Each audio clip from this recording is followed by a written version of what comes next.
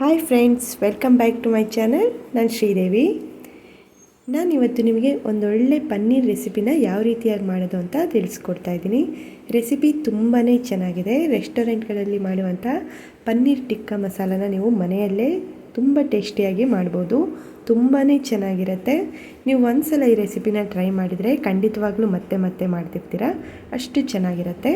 ಬನ್ನಿ ಹಾಗಾದರೆ ಇದನ್ನು ಯಾವ ರೀತಿಯಾಗಿ ಮಾಡೋದು ಅಂತ ನೋಡ್ತಾ ಹೋಗೋಣ. ಅರ್ಧ ಕಪ್ ಆಗುವಷ್ಟು ಮೊಸರನ್ನ ಹಾಕ್ತಾ ಇದ್ದೀನಿ.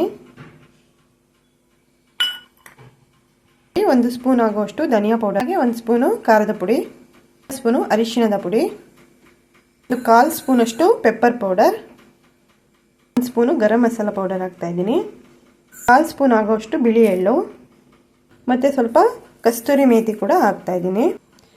ಸ್ವಲ್ಪ ಕಡಲೆ ಹಿಟ್ಟನ್ನು ಕೂಡ ಹಾಕ್ತಾ ಇದ್ದೀನಿ. ಕಡಲೆ ಹಿಟ್ಟು ಹಸಿದೇ ಹಾಕಬಾರ್ದು, ಸ್ವಲ್ಪ ಬಿಸಿ ಮಾಡಿ ಹಾಕಿ. ಎಲ್ಲದನ್ನು ಚೆನ್ನಾಗಿ ಮಿಕ್ಸ್ ಮಾಡ್ಕೊಳ್ಳೋಣ. ನೋಡಿ, ಚೆನ್ನಾಗಿ ಮಿಕ್ಸ್ ಆಗಿದೆ. ಮತ್ತೆ ನೋಡಿ, ಇದಕ್ಕೆ 1 ಸ್ಪೂನ್ ಆಗೋಷ್ಟು ಶುಂಠಿ ಬೆಳ್ಳುಳ್ಳಿ ಪೇಸ್ಟ್ ಹಾಕ್ತಾ ಇದ್ದೀನಿ. ಹಾಗೆ ನೋಡಿ, ಸ್ವಲ್ಪ ಕ್ಯಾಪ್ಸಿಕಮ್ ಹಾಕ್ತಾ ಇದ್ದೀನಿ, ಟೊಮೆಟೊ, ಅದಾದಮೇಲೆ ಈರುಳ್ಳಿ, ಪನ್ನೀರ್ ಹಾಕ್ತಾ ಇದ್ದೀನಿ.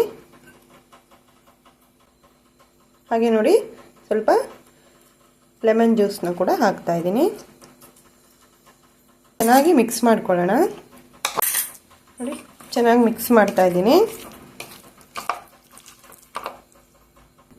ಇವಾಗ ನೋಡಿ, ಇದಕ್ಕೆ ಲಾಸ್ಟಲ್ಲಿ ನಾನು 1 ಸ್ಪೂನು ಉಪ್ಪು ಹಾಕ್ತಾ ಇದ್ದೀನಿ. ಉಪ್ಪು ಹಾಕಿ ಚೆನ್ನಾಗಿ ಮಿಕ್ಸ್ ಮಾಡ್ಕೊಳ್ಳೋಣ. ಚೆನ್ನಾಗಿ ಮಿಕ್ಸ್ ಮಾಡಿ ಆದಮೇಲೆ ಒಂದು 10 ನಿಮಿಷ ನಾವು ಫ್ರಿಜ್ಜಲ್ಲಿ ಎತ್ತಿಟ್ಕೊಳ್ಳೋಣ.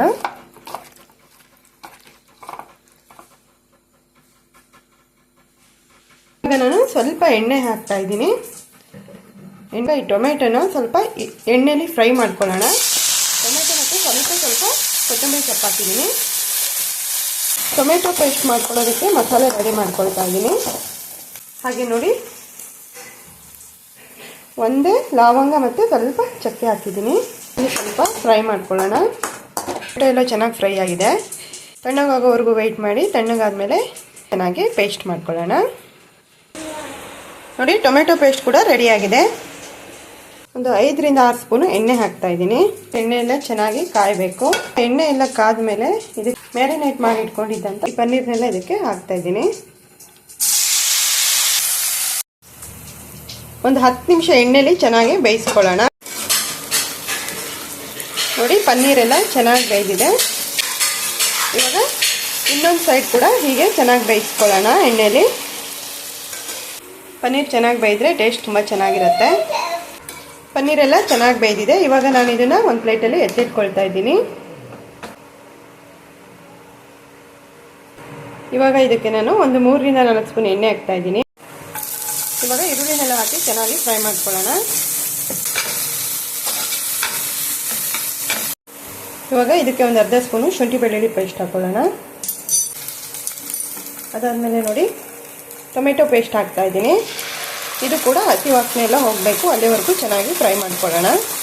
ಇವಾಗ ಎಲ್ಲದನ್ನು ಚೆನ್ನಾಗಿ ಮಿಕ್ಸ್ ಮಾಡಿಕೊಂಡು ಹಸಿ ವಾಸನೆ ಹೋಗೋವರೆಗೂ ಚೆನ್ನಾಗಿ ಬೇಯಿಸ್ಕೊಳ್ಳೋಣ.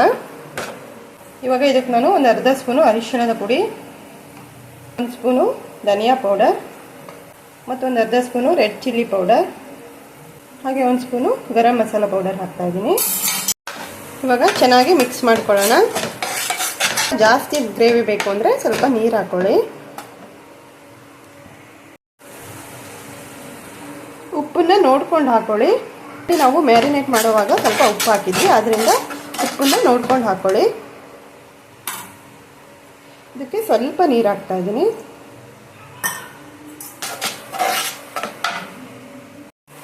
ಇವಾಗ ಈ ಫ್ರೈ ಮಾಡಿ ಇಟ್ಕೊಂಡಿರುವ ಪನ್ನೀರ್ನೆಲ್ಲ ಇದಕ್ಕೆ ಹಾಕೊಳ್ಳೋಣ.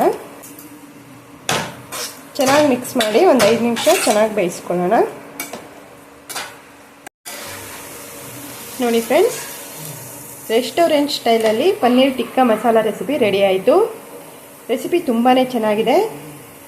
ರೋಟಿ ಮತ್ತು ಚಪಾತಿ ಕೂಡ ತುಂಬಾ ಚೆನ್ನಾಗುತ್ತೆ. ನೀವು ಕೂಡ ಈ ರೆಸಿಪಿನ ಒಂದು ಸಲ ಟ್ರೈ ಮಾಡಿ, ನಿಮಗೂ ಇಷ್ಟ ಆಗುತ್ತೆ.